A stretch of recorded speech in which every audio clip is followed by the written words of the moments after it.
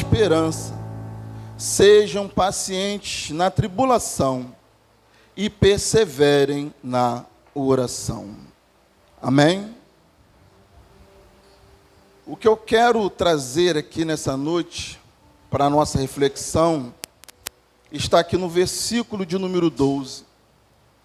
Paulo, escrevendo aos Romanos, ele diz para que eles se alegrassem na esperança, para que eles fossem pacientes na tribulação e que eles fossem perseverantes na oração.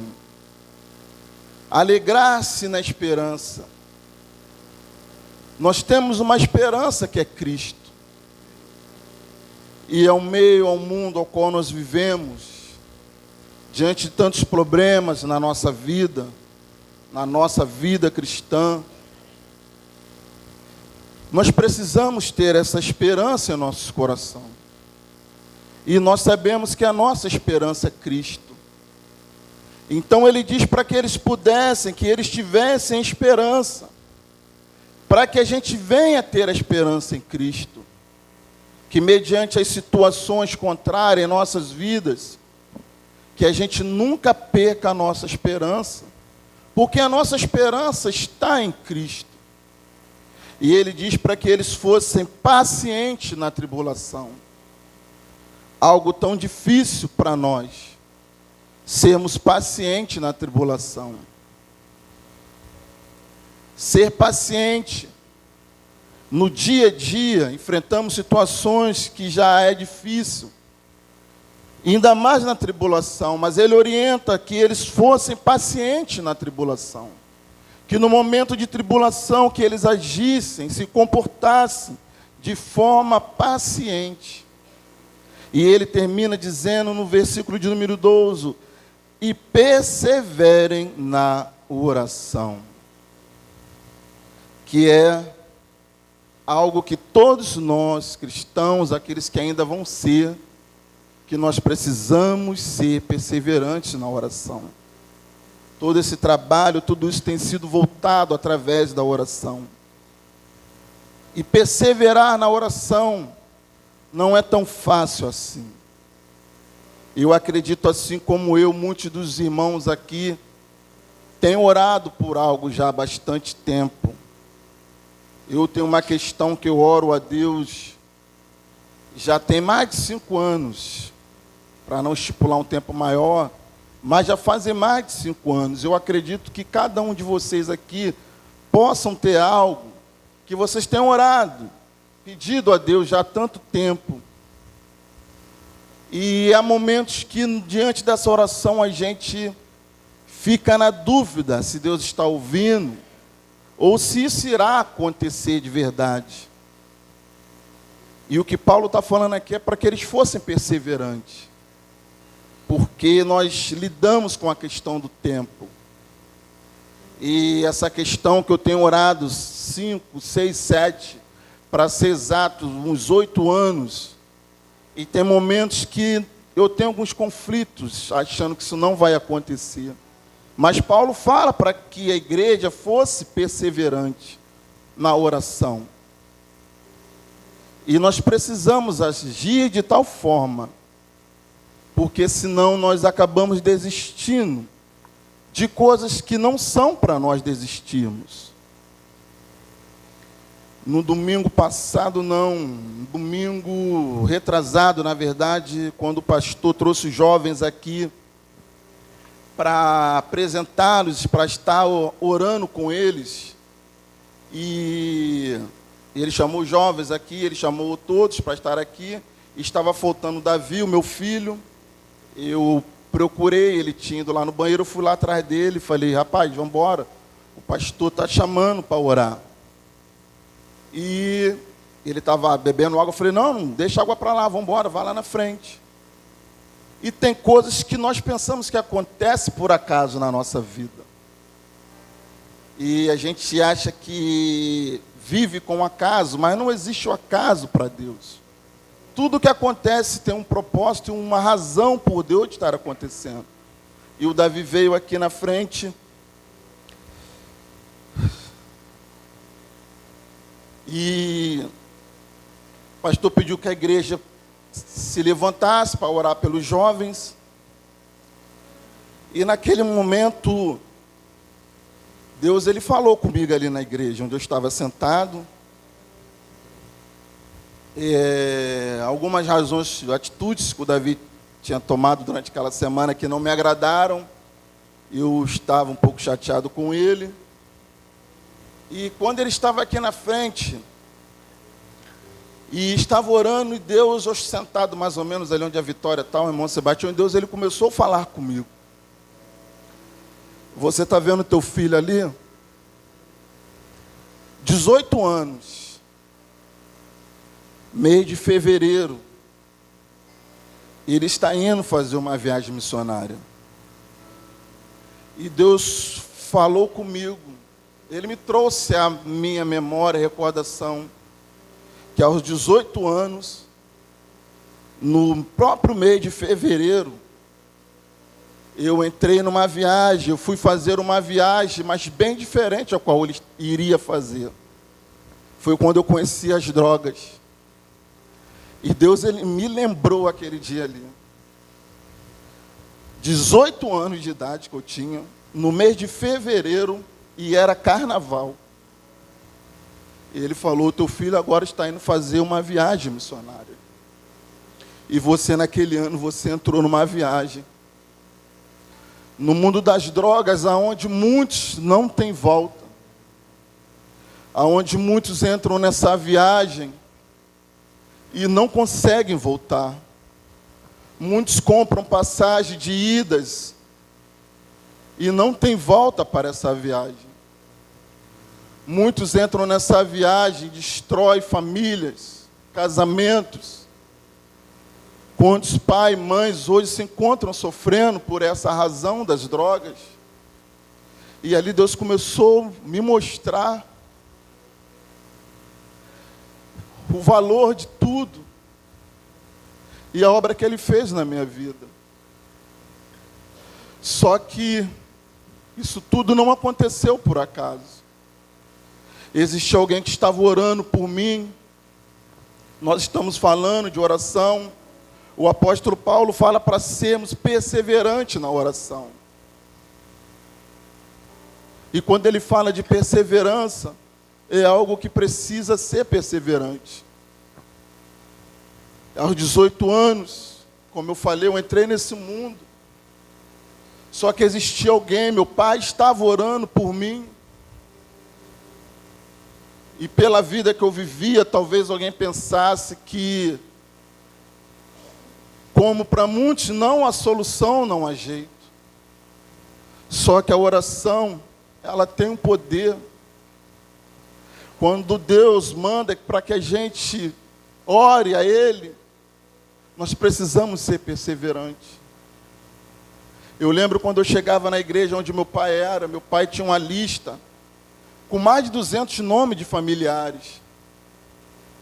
E eu, recém-convertido, ele sempre renovava aquela lista, mandava eu preencher. E eu, como crente, eu falava, meu Deus, mas para que isso? E as igrejas naquela época, eu lembro, quando eu comecei a frequentar, lá tinha a Casa da Bênção, ela era 1 hora de oração antes dos cultos começarem. E eu lembro que o meu pai falava muito, né? Tinha aquele jargão de boca no pó, e ele botava aquela lista de nomes. E ele ficava ali orando por todos os familiares. Como se fosse loucura aquilo.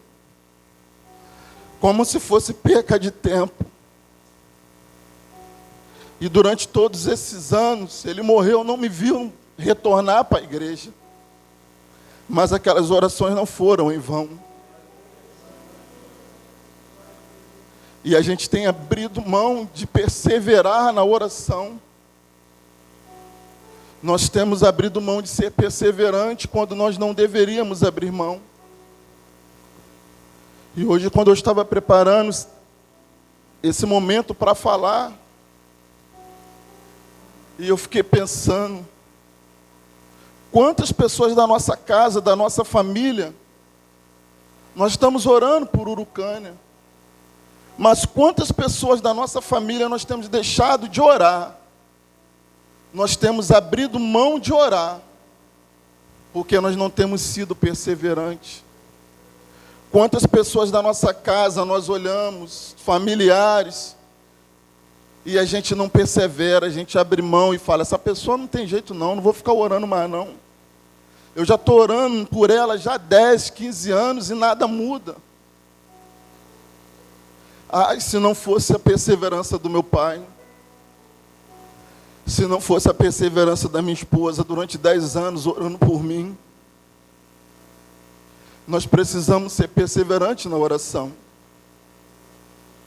Nós temos falhado e pecado com isso. Nós temos visto familiares nossos morrer sem salvação, sem isso nos incomodar. O céu é tão real quanto o inferno. Familiares nossos têm morrido sem Cristo, indo para o inferno. Isso não tem nos incomodado. A gente tem vindo para a igreja, não estamos nos incomodando com pessoas que têm morrido sem Jesus. Não são os que estão no carnaval, são os que estão na nossa família, na nossa casa.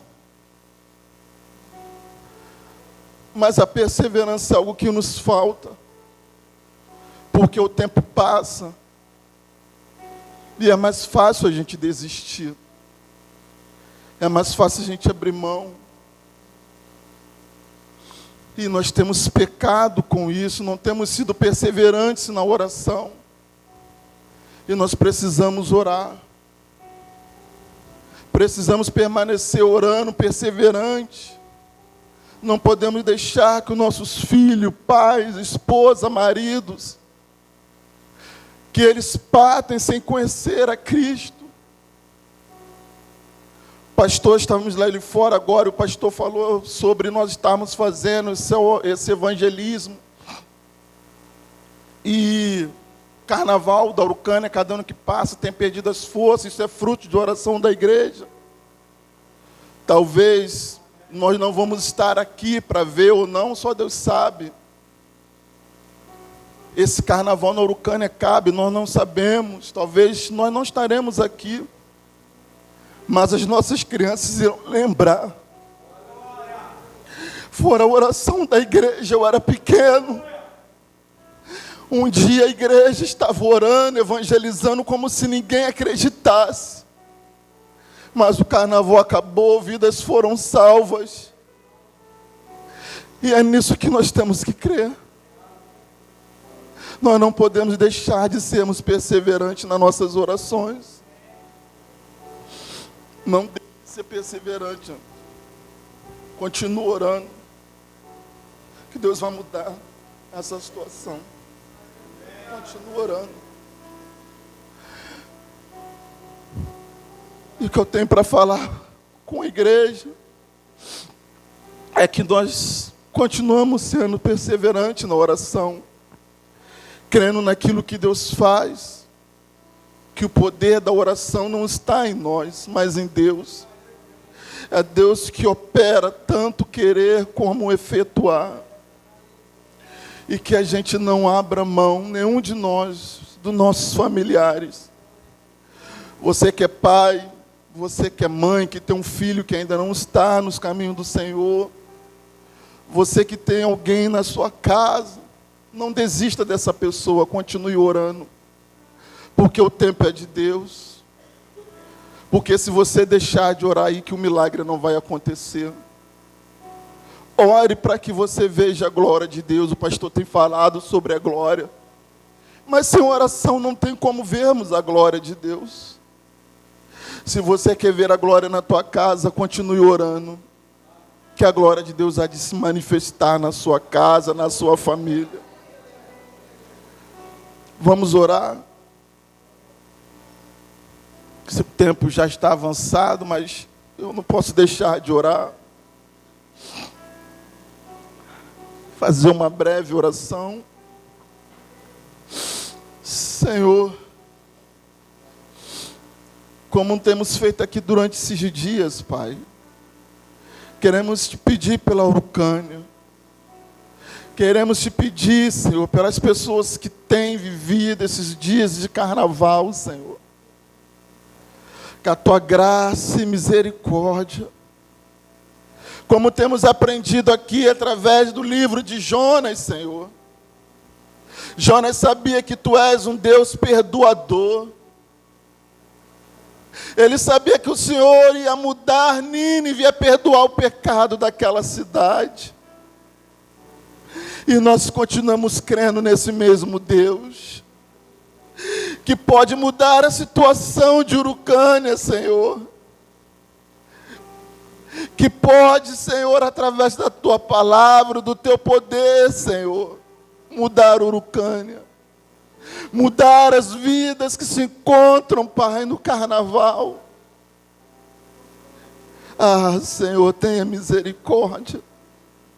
Haja com essa tua graça salvadora, Senhor, alcançando essas vidas, famílias, ó Deus.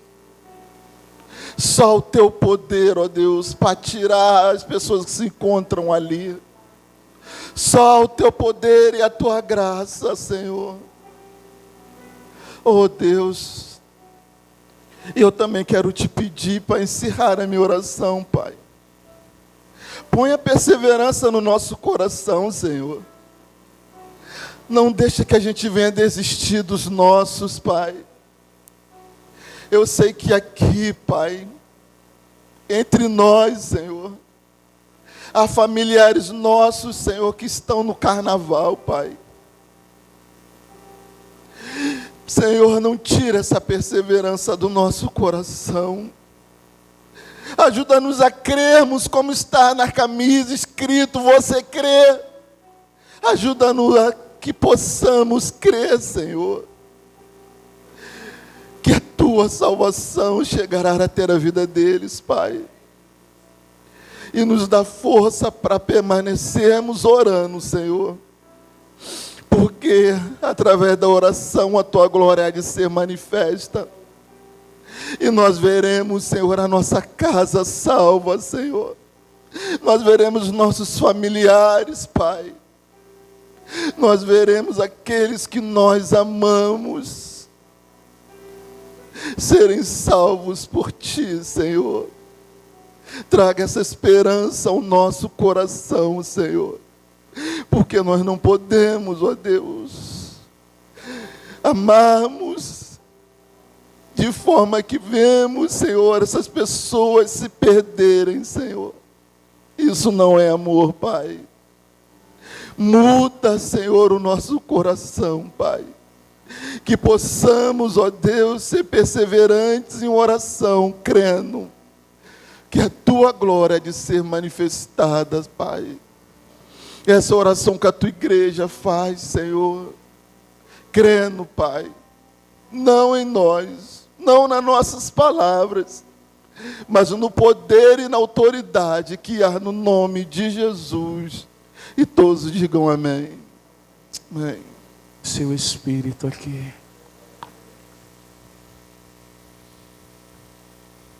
É Ele quem opera em nós.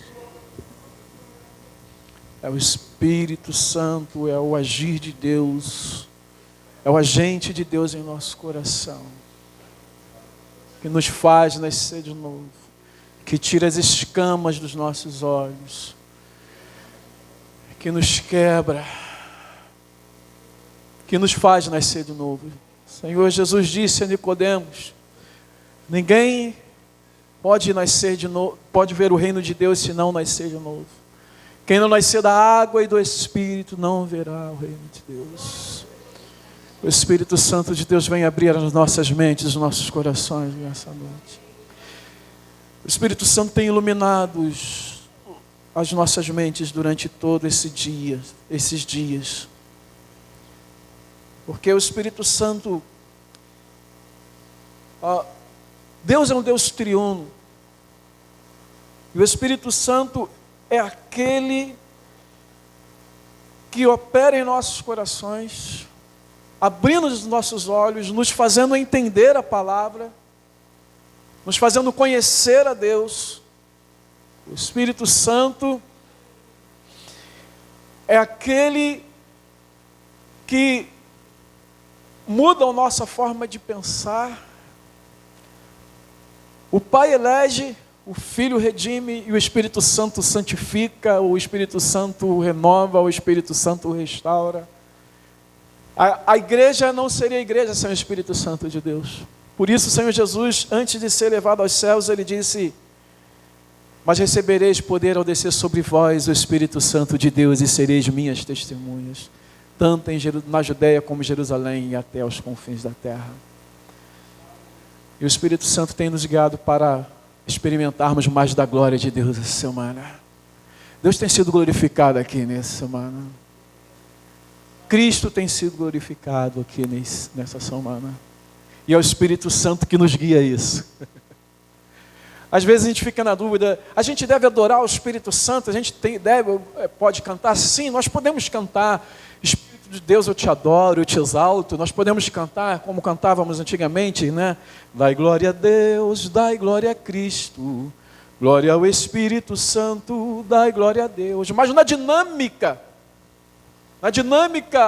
da Trindade, o Espírito Santo é aquele que trabalha em nossos corações para adorarmos a Deus, para adorarmos a Cristo.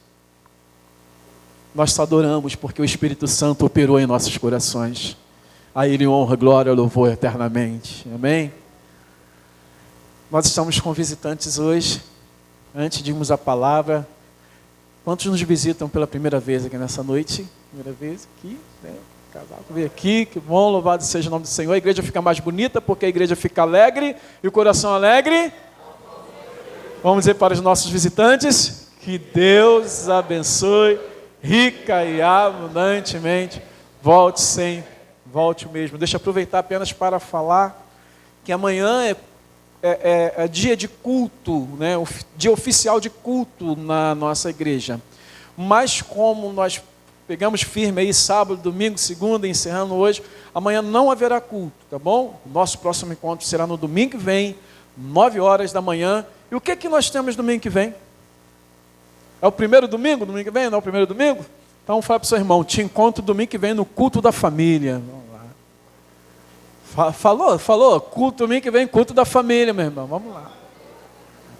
Fala mesmo, amém? Vamos à palavra de Deus, então. E hoje eu quero que os irmãos abram onde? Não, hoje vai ser Salmos 24.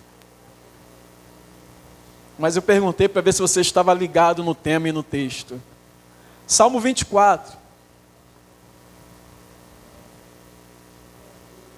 O tema da mensagem hoje é o Rei da Glória.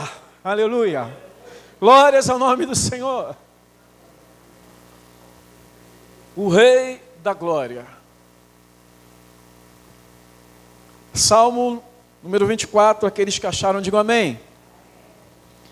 Estarei lendo, os irmãos acompanhando, que diz assim: ao Senhor pertence a terra e a sua plenitude, o mundo e os que nele habitam, porque Ele fundou-a sobre os mares e sobre as correntes estabeleceu. Quem subirá ao monte do Senhor? Quem há de permanecer no seu santo lugar?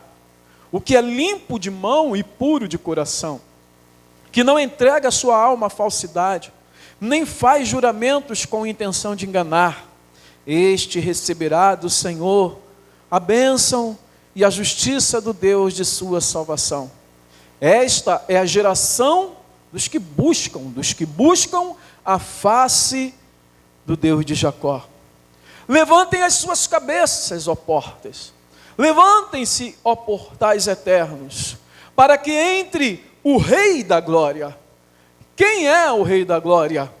O Senhor forte e poderoso, o Senhor poderoso nas batalhas. Juntos 9 e 10. Levantem as suas cabeças, ó portas, levantem-se, ó portais eternos, para que entre o Rei da Glória. Quem é esse Rei da Glória? O Senhor dos Exércitos. Ele é o Rei da Glória. Aleluia. Senhor, nós abrimos as portas do nosso coração, nós abrimos os portais, porque Tu és digno de entrar nesse lugar e de reinar nesse lugar, e o Senhor já reina nesse lugar. Reina aqui, Senhor, sobre a minha vida, sobre a minha mente, sobre a minha boca, sobre o meu coração.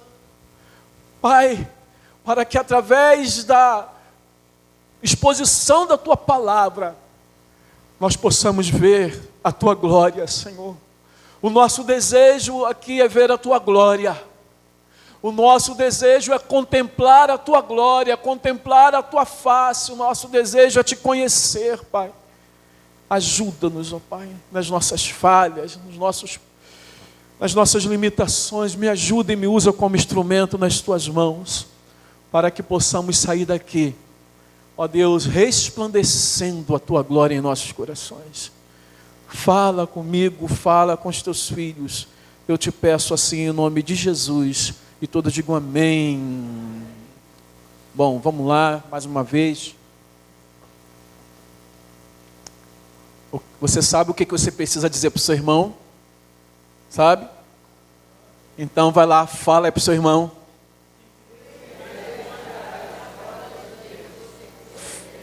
Falou mesmo ou só recitou? Fala de novo, fala para ele, fala para os nossos visitantes aí, Filipão. Fala aí para o nosso visitante aí. Pergunta a ele, você crê que se você crê, você vai ver a glória de Deus?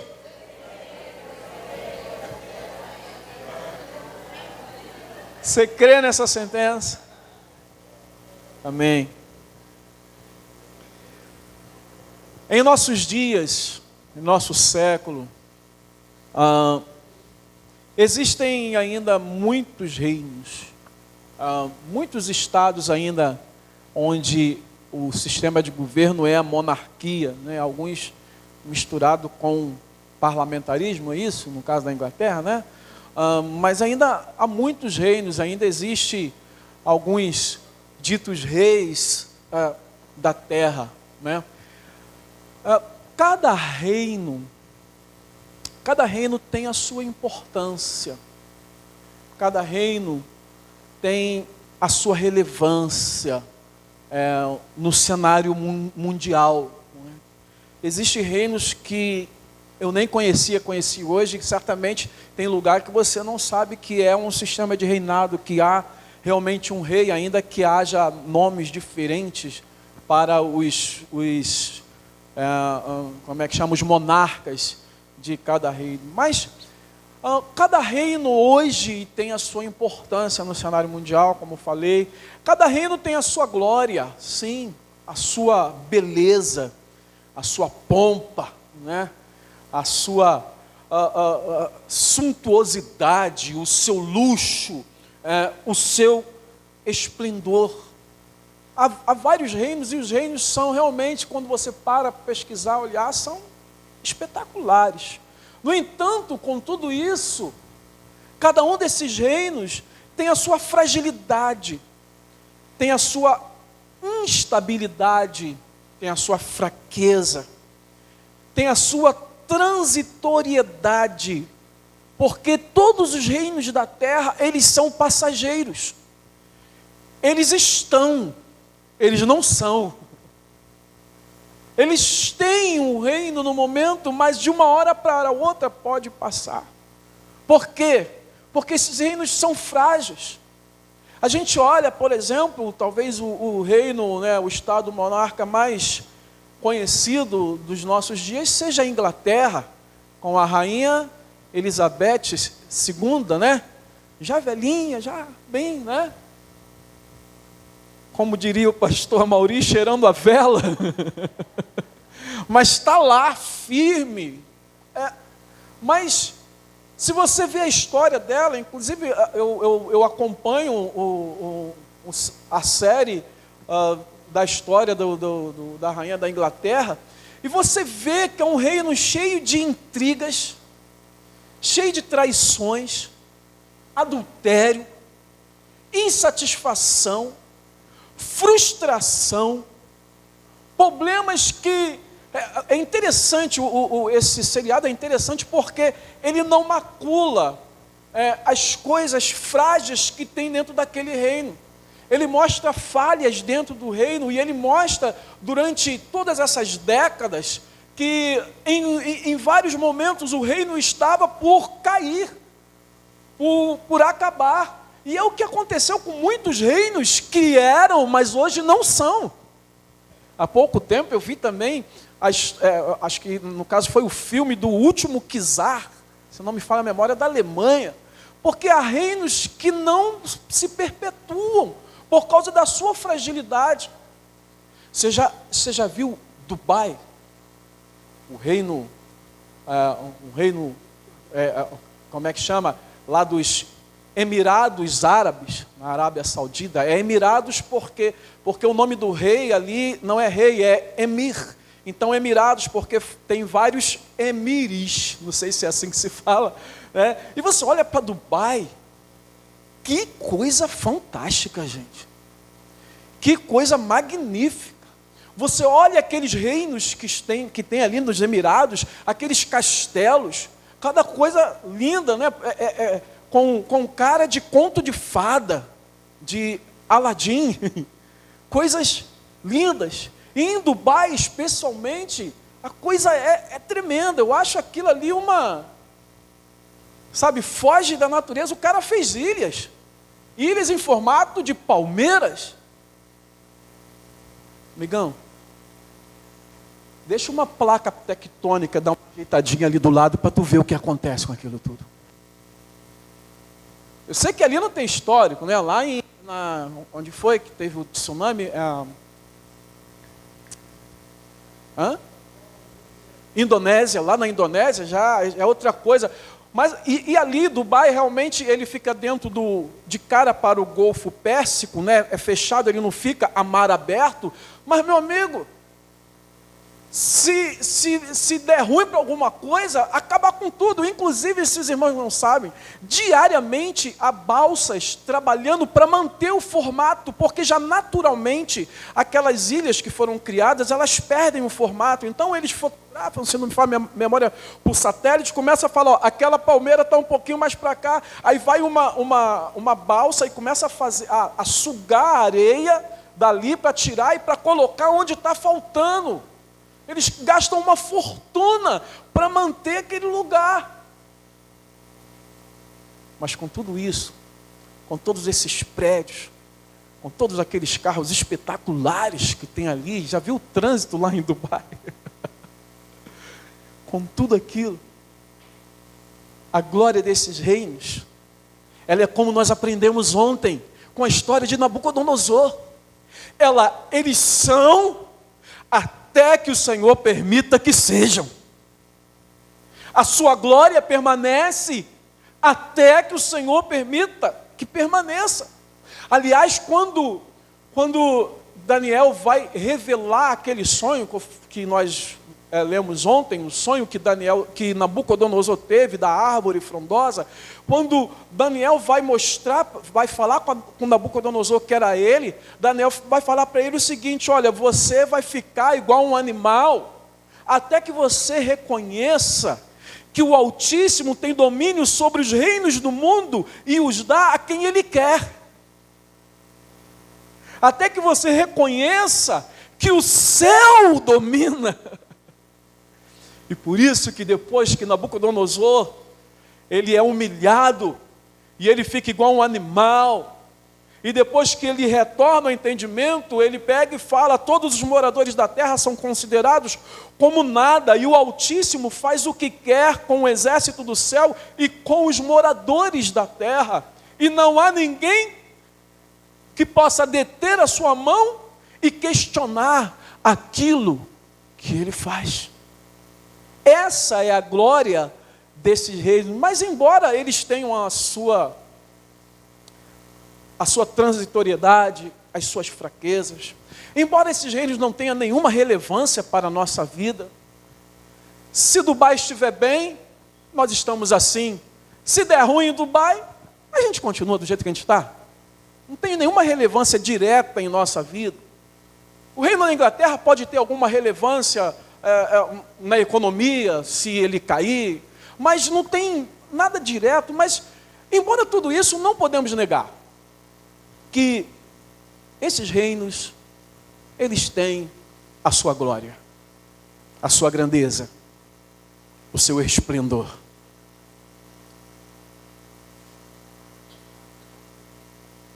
Mas o Senhor, o nosso Deus, Ele é o Rei da glória. Ele é o Rei de toda a glória. Ele que concede a glória aos reinos da terra.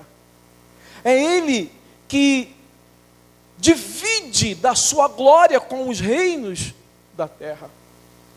No seu reino está toda a glória.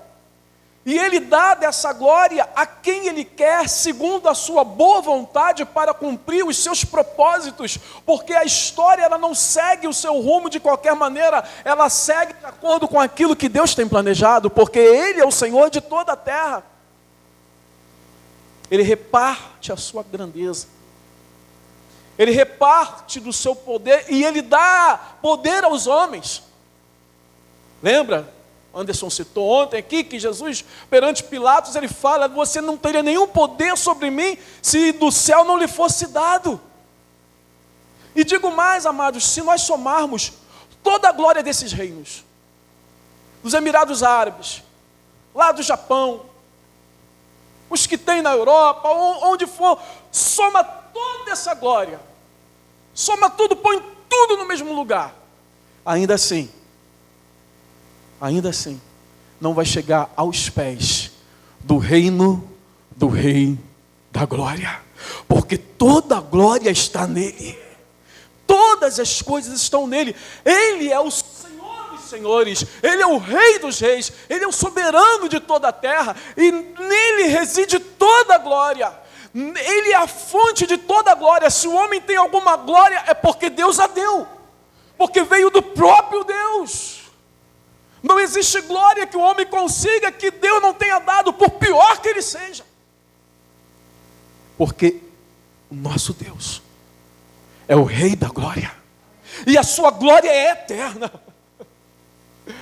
A sua glória não tem fragilidade, a sua glória não tem transitoriedade. Deus não é hoje e amanhã não será, Ele é hoje, ontem e eternamente. E a sua glória é hoje, ontem e eternamente.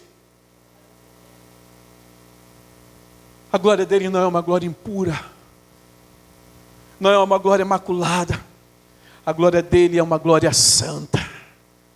E é por isso que na visão de Isaías os anjos cantaram: Santo, Santo, Santo é o Senhor dos exércitos, toda a terra está cheia da sua glória. A glória da terra não é a glória da terra, é a glória de Deus que Ele concede à terra.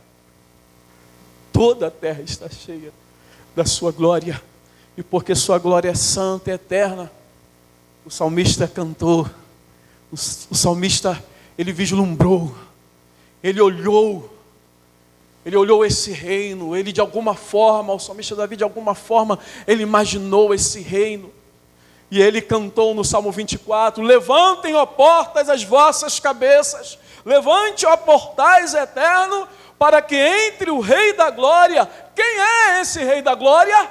O Senhor dos exércitos, Ele é o Rei da glória. Davi vê aquele cenário, embora é em um outro contexto que esse salmo foi lido, mas Davi vê aquele cenário onde dentro de uma cidade fortificada, o rei chega e aquele que está aquele que está à frente do rei, ele vai falar: abram os portões para que entre o rei. E o homem que lá está do outro lado, ele pergunta: quem é o rei? E o que está lá recebendo o rei, junto com o rei, fala: o Senhor dos exércitos, Ele é o Rei da glória. Abra as portas para que Ele entre, levante-se os portais para que entre o Rei da glória. Todos os reinos lhe pertencem, tudo que há nos céus e na terra lhe pertence. É por isso que Davi, ele vai começar esse salmo dizendo: ao Senhor pertence a terra e a sua plenitude, o mundo e os que nele habitam, porque ele fundou-a sobre os mares e sobre as correntes as estabeleceu. Davi, mesmo sendo um rei, ele reconhece que o Rei da Glória, ele é dono de todas as coisas, ele é dono de todos os reinos. E Davi, nos versos 3 a 6, ele vai mostrar, vai acompanhando comigo aí no Salmo,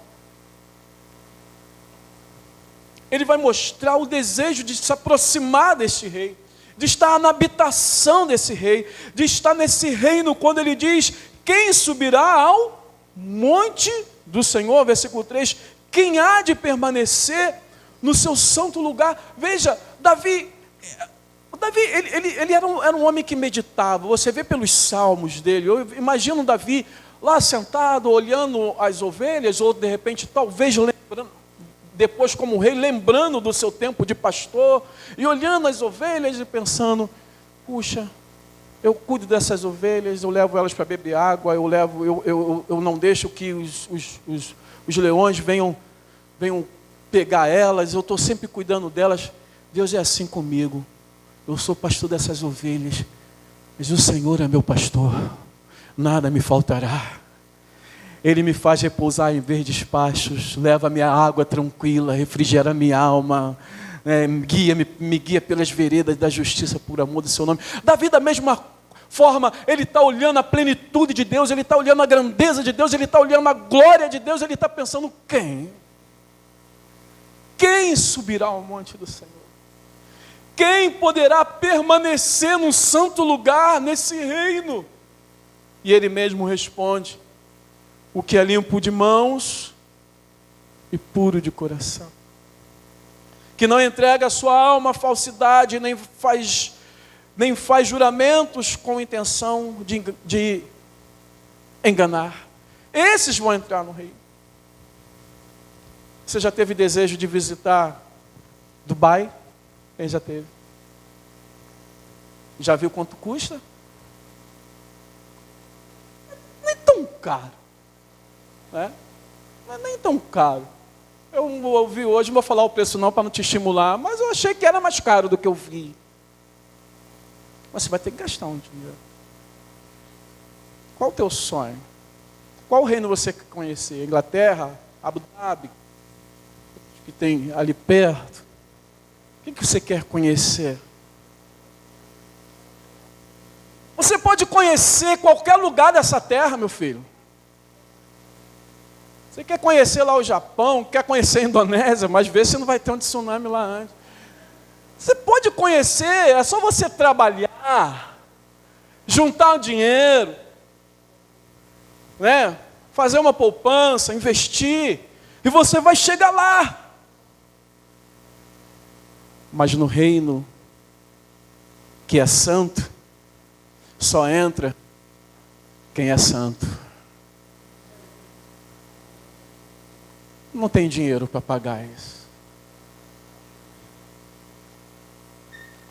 No reino puro, tem que ser puro para entrar. No reino limpo, tem que ser limpo para entrar. E Davi diz que aquele que entrar, aquele que subir, aquele que permanecer, ele receberá do Senhor a bênção e a justiça do Deus da sua salvação. E quem são esses que entram no santo lugar, que sobem ao monte do Senhor e que permanecem no santo lugar? Versículo 6. Esta é a geração dos que o buscam, dos que buscam a face do Deus de Jacó. Fala comigo, entra no santo lugar. Vou repetir, sobem ao monte do Senhor. E entram e permanecem no seu santo lugar. Aqueles que buscam a face do Senhor. Aqueles que buscam a face de Deus. Aqueles que buscam a glória de Deus e são por essa glória transformados. Porque quem, afinal, poderia entrar no santuário de Deus sem ser por Ele santificado? Quem entraria no santuário do Deus Santo sem ser por Ele santificado? Quem entraria no santuário do Deus justo sem ser por Ele justificado? Nós precisamos de um trabalho, de uma obra de Deus em nossas vidas para que possamos entrar no santo lugar. Abu Dhabi, Dubai, Inglaterra não é nada. O melhor lugar que temos para visitar é a glória de Deus, é o reino da glória e a presença do Senhor, é o santo lugar. Quanto mais buscamos a face de Deus, meus amados, quanto mais experimentamos da sua glória, nós somos por essa glória transformados. Nós buscamos a face de Deus esses dias, buscamos a glória de Deus. Adoramos ao Senhor aqui num momento extenso de adoração. Eu não sei quanto a você, eu me senti renovado e purificado e lavado. Eu me senti renovado pela presença de Deus ontem. Quem pôde experimentar isso? Eu creio que Deus avivou muitos nesse lugar. Nós precisamos entender que somente se buscarmos e formos e experimentarmos dessa glória, nós seremos transformados. Como está escrito lá em 2 Coríntios, abre para mim, Cris, por favor, 2 Coríntios 3,18.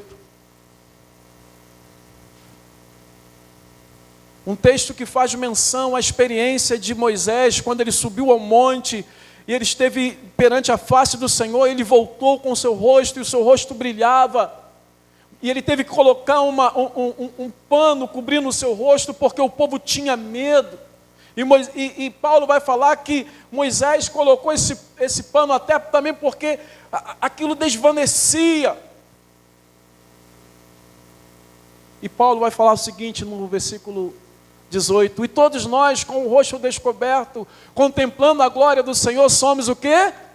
Transformados de glória em glória, na sua própria imagem, como pelo Senhor, que é o Espírito. O que esse texto está falando é que cada vez que nós experimentamos da glória de Deus, cada vez que provamos da sua presença, cada vez que Ele manifesta a sua presença, nós somos transformados. Lembra que lá em Êxodo, nós lemos esse texto que Deus falou: olha, eu virei ali para os filhos de Israel e pela minha glória eles serão santificados.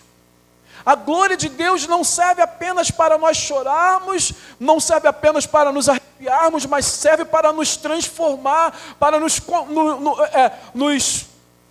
quebrantar, para que cada vez que experimentamos dessa glória, nós sejamos menos de nós mesmos e mais de Deus. Aparece de novo. Por isso que o texto vai dizer que de glória em glória somos transformados na sua própria imagem. Ou seja, sai Jeremias e aparece Jesus Cristo. Sai Lucivanda e brilha Jesus Cristo. Sai Sidney, sai Jorginho, sai cada um de nós e aparece Jesus Cristo, porque cada vez que a sua glória se manifesta, de glória em glória nós somos transformados, segundo a sua própria imagem, como pelo Senhor, que é o Espírito. Mas, aqui fica uma pergunta: até que ponto nós estamos dispostos a experimentar dessa glória?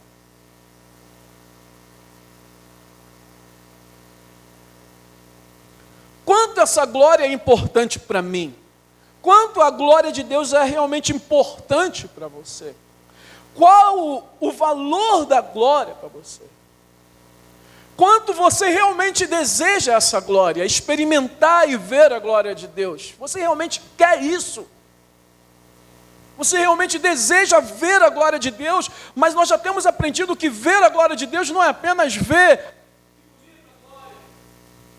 Não, é ver, é experimentar. Quando você vê a glória faz algo em você. Diga: quando eu vejo a glória faz algo em mim. Quando eu vejo a glória me muda. Quando eu vejo a glória me transforma. A glória muda as minhas prioridades. A glória muda meu jeito de pensar. Quanto eu estou realmente disposto a investir para provar desta glória? Falo como se dependesse disso, mas nós precisamos de pensar sobre isso. Nós sabemos que a manifestação da glória de Deus é uma prerrogativa do próprio Deus. É Ele que manifesta.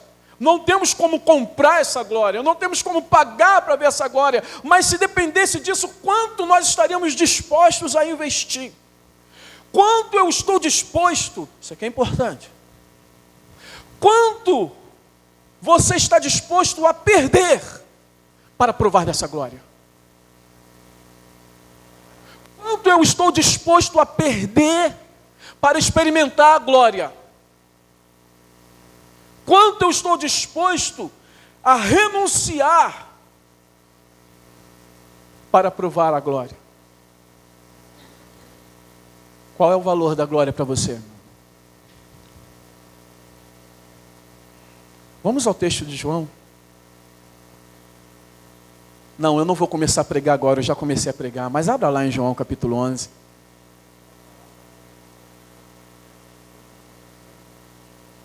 Mas hoje eu comecei a pregar já 8h30, tá, gente? 8h30, 8h35, por aí. Mas fala para o teu irmão, fica firme. Eu tenho a falar muito importante para nós hoje, para fecharmos esse congresso. Abriu aí em João 11. Amém? Eu não vou ler nenhum texto agora, não. Eu não vou ler nenhum versículo, você já conhece toda a história. Mas não fecha, não abre a Bíblia. Nós já conhecemos, já sabemos o que aconteceu nesse capítulo. O que houve aí? A manifestação da glória de Deus, amém? Lázaro adoece, Lázaro morre. Jesus vai lá, conversa com Marta, conversa com Maria, e diante do túmulo o Senhor fala para Marta, né? Marta, não disse que se você cresce você veria a glória de Deus? E Cristo, Ele ora ao Pai e dá uma ordem para que Lázaro venha para fora, ressuscite, e ali houve a manifestação da glória de Deus. Mas nós temos vários personagens nesse texto. E eu quero perguntar uma coisa aos irmãos. De todos esses personagens, quem desses personagens viu, experimentou com maior intensidade a manifestação da glória de Deus? Quem? Lázaro. Os discípulos viram. Marta viu de uma forma talvez até mais forte por causa da conversa dela com Jesus. Maria viu, os judeus viram, mas a glória de Deus se manifestou na vida de Lázaro. Mas olha Lázaro nesse texto. O que Lázaro falou nesse texto? Nada. O que aconteceu com Lázaro nesse texto? Primeiro ele adoeceu. Depois que ele adoeceu, ele morreu. Ficou 4 dias enrolado, possivelmente embalsamado, já apodrecendo, morto. Não estava se fingindo de morto. Ele morreu. E só depois disso tudo, ele viu na vida dele a glória de Deus. Ele não fala uma palavra. Ele fica apenas recebendo uma ação sobre a vida dele. Ele apenas recebe a ação sobre a vida dele. Ele fica doente. Ele fica doente. Ele morre. Ele ressuscita E ninguém fala para ele, tira esse negócio aí. Jesus fala, tira as ataduras dele e dá de comer para ele. Mas ele viu a manifestação da glória de Deus na vida dele. Ninguém nesse contexto experimentou mais da glória de Deus do que Lázaro. Meu irmão, está tudo muito lindo essa semana. Estamos vendo coisas maravilhosas e grandiosas nessa semana na palavra de Deus. A respeito da sua glória, do seu esplendor. E esse é o Deus que nós servimos. Ele é o Rei da glória, é o Deus de toda glória, de toda bondade, de toda grandeza, de toda majestade. E Ele manifestou, e Ele deseja, Ele quer manifestar a sua glória. Mas para pensar. Nós aprendemos, nós vimos que Deus manifestou a sua glória no Egito. Enviando as suas pragas ao Egito para poder fazer o quê? Libertar um povo. Deus manifestou a sua glória quando o seu povo estava escravo, sofrendo e oprimido no Egito. Deus manifestou a sua glória depois no deserto. O deserto não é lugar de conforto. É lugar de escassez, lugar difícil, lugar de prova, lugar de teste. E Deus manifestou a sua glória. Nós podemos pular depois e ver que Deus manifestou a sua glória para Ezequiel. Mas aonde Ezequiel estava quando Deus manifestou a sua glória para ele? Aonde? No exílio. Jerusalém estava destruída. O povo estava novamente escravo da Babilônia. E ali, em meio àquela situação, Deus manifestou a sua glória. Você quer ver mais um exemplo? Em João capítulo 9, não precisa abrir, Jesus está andando com os seus discípulos, e eles encontram um cego de nascença. E eles sabem, não sabemos como, mas eles sabiam que aquele cego era um cego de nascença, e ele pergunta a Jesus, e eles perguntam a Jesus, mestre, quem foi que pecou para esse homem nascer cego? Foi ele ou foram os seus pais que pecaram? O que Jesus responde? Não foi um, nem outro. Não foi ele, nem foi os pais deles que pecou. Mas isso aconteceu para que nele se manifestasse as obras de Deus.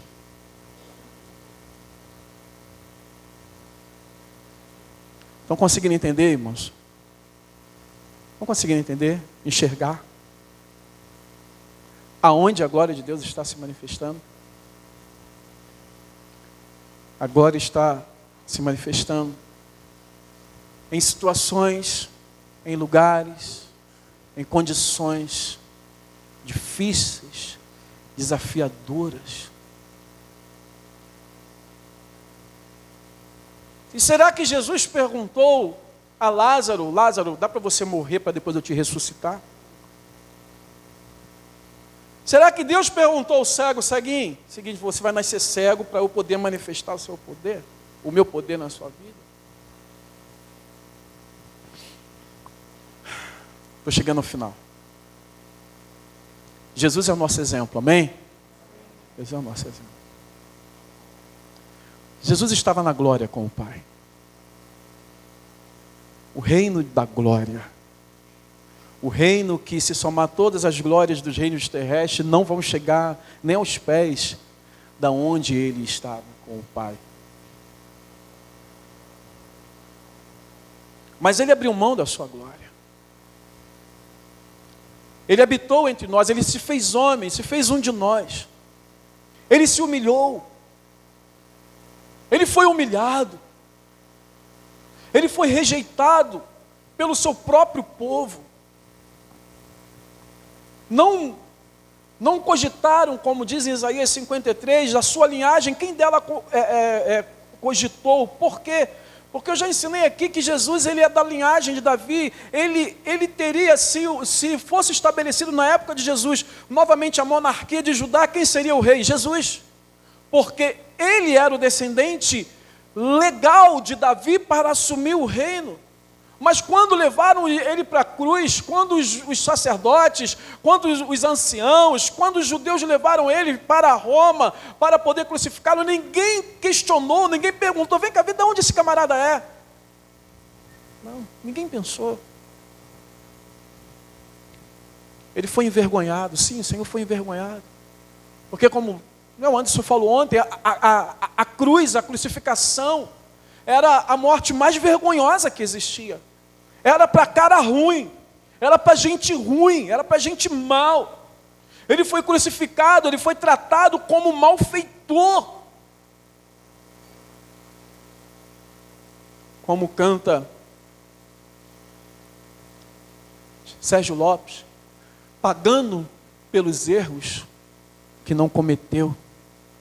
Dá para você pensar o que é pagar por um erro que não cometeu? É fácil a gente imaginar isso. Pensa que de repente chega uma polícia na sua casa e fala para você, homem, olha, você foi acusado de pedofilia, você foi acusado de estupro, e pega você e leva para a delegacia e ainda chama esses repórteres que vivem da desgraça e da fofoca dos outros. Não é? Qual é o nome desses que aí? Esses... Como é que é? Hã? Não, mas tem um nome, pode falar o nome deles mesmo, da Atena e sua turma lá, vamos falar da Band, da Record, que só fala desgraça. Pegaram o pastor pedófilo, o pastor estuprador, e eu não ter feito nada, e me põe dentro do carro e já filmando, e eu estou sendo acusado, e até provar que boi deitado não é vaca, até chegarem e falar, não gente, essa acusação foi falsa contra o pastor Jeremias, já está o mundo inteiro sabendo, e eles são bons para fofocar, mas são horríveis para pegar e limpar o nome de quem não fez errado. Já pensou que coisa horrível, gente? Acabei me colocando na história, né? Já pensou você... Olha só, vocês mesmos, se visse o Datena lá falando isso de mim, lá em Urucânia, pastor Jeremias, lá, ó, pastor da igreja, o camarada é isso, aquilo outro, não gosto nem de falar, e leva lá para... Você ia ficar com vergonha. Você não ia querer usar essa camisa nunca. Esse nome aqui atrás. Jesus carregou aquela cruz como um malfeitor, como um homicida, como um marginal. Foi humilhado. Mas nós sabemos que ele estava tomando o nosso lugar. O santo foi tratado como pecador. O justo foi tratado como injusto. Morreu a morte dolorosa da cruz. Foi sepultado.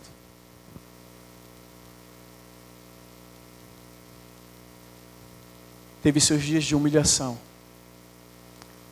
antes de ter, novamente, os seus dias de glória. Porque no terceiro dia, a glória de Deus se manifestou novamente na vida dele. E ele ressuscitou dos mortos. Ele ressuscitou dos mortos. Ele apareceu aos seus discípulos. E diz o o evangelista Lucas, no livro de Atos, diz Lucas que Jesus passou 40 dias com os seus discípulos. 40 dias depois, Jesus reúne e diz a palavra, Paulo vai falar que ele foi visto por mais de 500 testemunhas.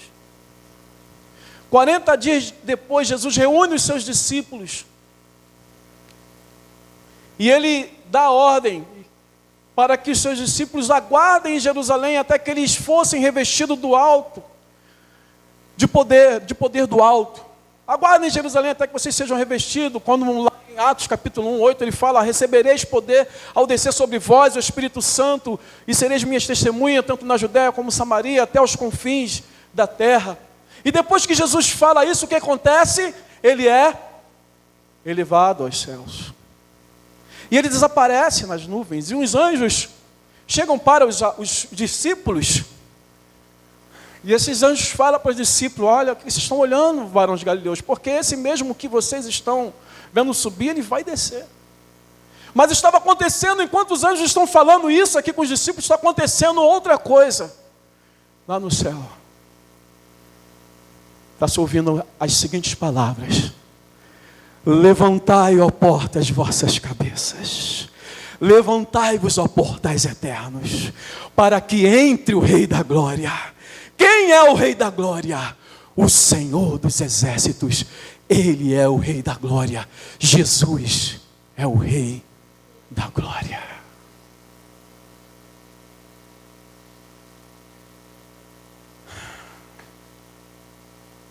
Se Jesus, que estava na sua glória, ele se humilhou e depois ele provou novamente da sua glória, eu pergunto: o que nós estamos dispostos a viver e passar para provar desta glória? Porque Jesus foi restituído a uma glória que já era dele, porque ele é o Rei da Glória. Mas a pergunta que nós temos que encerrar esse congresso é: o que eu estou disposto a perder, a renunciar, a entregar para experimentar essa glória na minha vida? Quanto vale essa glória para mim? Eu desejo mais essa glória do que a glória terrena?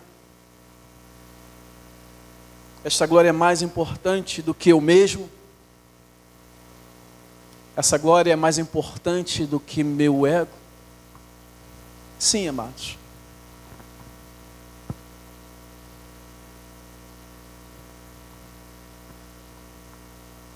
Nós aprendemos essa semana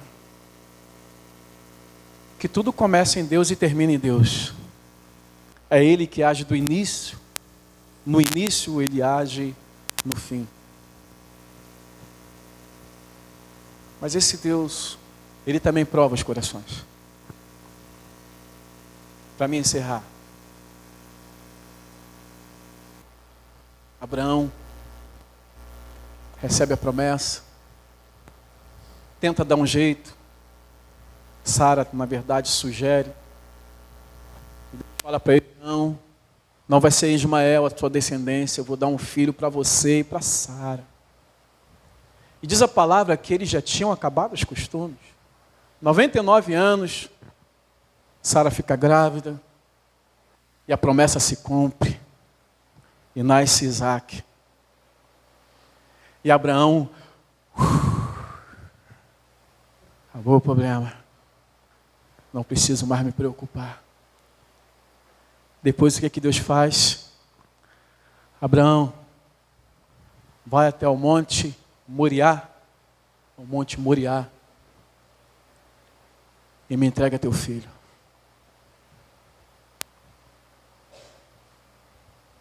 Se põe no lugar do homem, gente. Meu Deus, vai começar tudo de novo.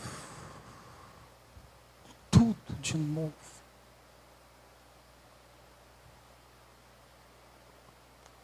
Abraão não disse uma palavra. Pegou seu filho. Caminhou 2, 3 dias até chegar ao monte. Subiu ao monte. Preparou o holocausto. Colocou o seu filho no altar. E quando ele levanta o cutelo, ele vê a glória de Deus. Abraão, não faça isso. Agora eu sei que você me teme, porque você não me negou o seu próprio filho. Qual o teu Isaac?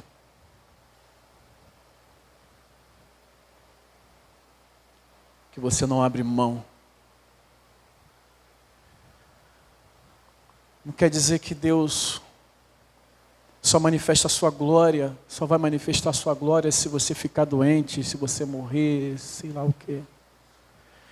Mas essa palavra é para nós analisarmos o quanto realmente nós valorizamos essa glória.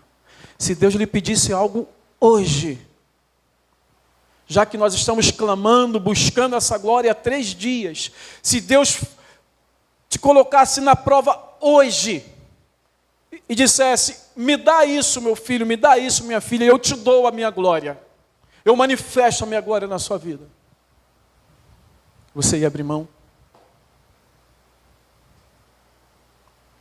Até que ponto? Essa palavra serve para nos tirar de um estado que, como homens e mulheres, nós normalmente entramos num estádio de êxtase irracional. Que a gente quer a glória, quer a glória, quer a glória, quer a glória, mas a gente não consegue ver a seriedade da glória. A glória de Deus traz um peso para a gente. Traz mudança, traz transformação. Sabe aquilo que você mais gosta e mais sonha na sua vida? Você está disposto a ver a glória de Deus de tal forma que Ele vai tirar esse teu sonho? Porque nós nos deliciamos com os nossos sonhos. Minha mãe sempre fala, eu nunca mais ouvi ela falar, mas ela falava assim, sonhar é viver, dizia meu tio Juca. Eu nunca mais ouvi minha mãe falar, mas ela, quando eu era menor, ela sempre falava isso. Porque quando você sonha com algo, você sente o prazer de estar sonhando com aquilo que você quer viver. Sabe quando você sonha com a viagem? Quando vai chegar nas minhas férias, eu fico sonhando, eu ir viajar, eu fico, que beleza, dirigindo. 2 semanas sem olhar para a cara do Clefson, sem olhar para a cara de ninguém. Sabe, aí você gera um prazer, está entendendo? E a gente não quer abrir mão do prazer. A pergunta que eu faço, se Deus pedir o teu sonho hoje, se Deus entrar em negócio com você, me dá o teu sonho, me dá a tua vontade, eu lhe dou a minha glória.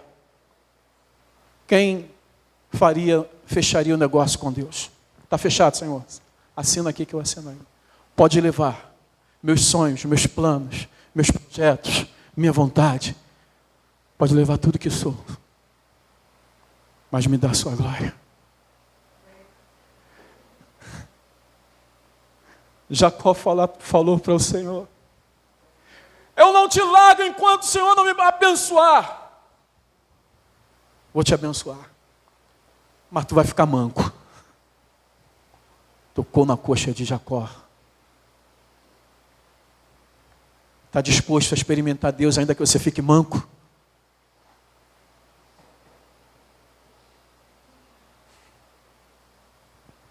Vamos fechar nossos olhos.